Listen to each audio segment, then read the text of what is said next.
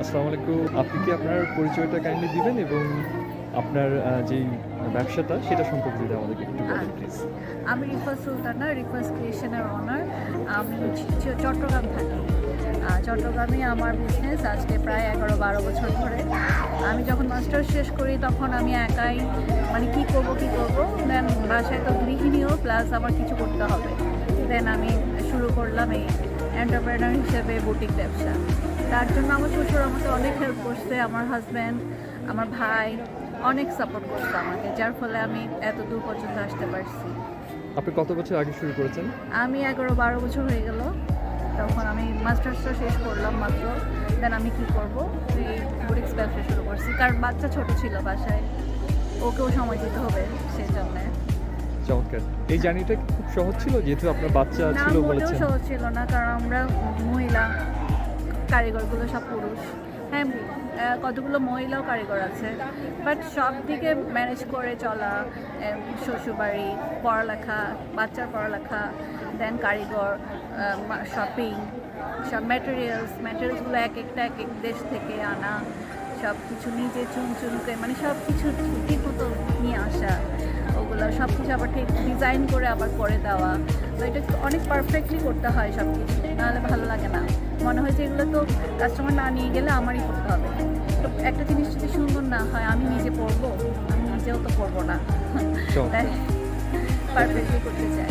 খুব ভালো বলেছেন। জি। আপনার আমি দেখতে পাচ্ছি যে আপনার পরিবারের অন্য সদস্যরাও এসেছেন, রাইট? হ্যাঁ, আমাকে অনেক সাপোর্ট করে মাশাআল্লাহ সবাই।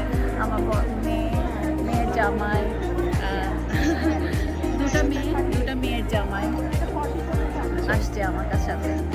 সেটি দেখা যায় যে আসলে পরিবার যদি সাপোর্টিভ হয় তাহলে আসলে মানে দেখা যায় আপনার মেয়েদের নিয়ে এসছেন, ইনফ্যাক্ট হ্যাঁ। ফ্যামিলিতে তো এমনিতেই অনেক ব্যস্ত থাকেন, তারপরেও আপনি আপনার হ্যাঁ, প্যাশনটাকে পার্সু করছেন। অনেক ধন্যবাদ। সেটাই। আপনার কি কোনো আমি দেখতে পাচ্ছি যে আমরা দেখতে পাচ্ছি যে আপনার হ্যাঁ। প্রোডাক্টগুলো বেশ ইউনিক আমার কাছে মনে হয়েছে। আপনি হ্যাঁ। বিশেষ করে আপনি যখন কাজ করেন স্পেসিফিক কোনো থিমে কি কাজ করেন নাকি আপনি আমি how do actually you come up with your specific চট্টগ্রামে আমাদের ডিজাইন? ব্রাইডাল থিম নিয়ে বেশি কাজ করি। ওকে। আমার কাছে টিনেজার বলেন, যে বয়সেরই আসে না কেন কাস্টমাইজ চাই।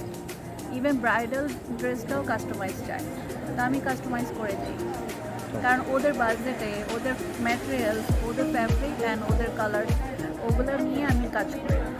দেন কাস্টমাইজ করতে গেলে দেখা যায় যে ওদের বাজেটে অনেক সময় আসে না, অনেক সময় আসে। তো ওই পরিবারটাকে পটানো, ওটাকে সুন্দর করে গুছিয়ে আমার থেকে আমার কস্টিংটা বলতে হয়, ওভাবে আমাকে ম্যানেজ করে আবার ঠিক করে দিয়ে দেয়। আচ্ছা, আচ্ছা। হ্যাঁ। অনেক ধন্যবাদ ম্যাডাম। হ্যাঁ। আপনি কি আমাদেরকে বলবেন যে যারা যারা আসলে একটু ফ্যাশন সচেতন কিংবা যারা ধরেন দেশীয় ঐতিহ্যটাও লালন করতে চায়, সেই সমস্ত পটেনশিয়াল বায়ার কিংবা ক্লায়েন্টদের জন্য আপনার কি কোনো মেসেজ আছে আমার কিনা? মেসেজ হচ্ছে কি, দেশীয় জিনিস পড়েন। আমরা যে দেশে এত কষ্ট করে সুন্দর সুন্দর জিনিস বানাচ্ছি, এগুলো আসলে পড়া দরকার। আমাদেরকে মানে একটু এনকারেজ করা দরকার প্রত্যেক মানুষকে যারা এখন ফ্যাশন সচেতন আছেন। কারণ আপনারা তো ইন্ডিয়ান পড়েন, পাকিস্তানি পড়েন, অ্যাভেলেবেল।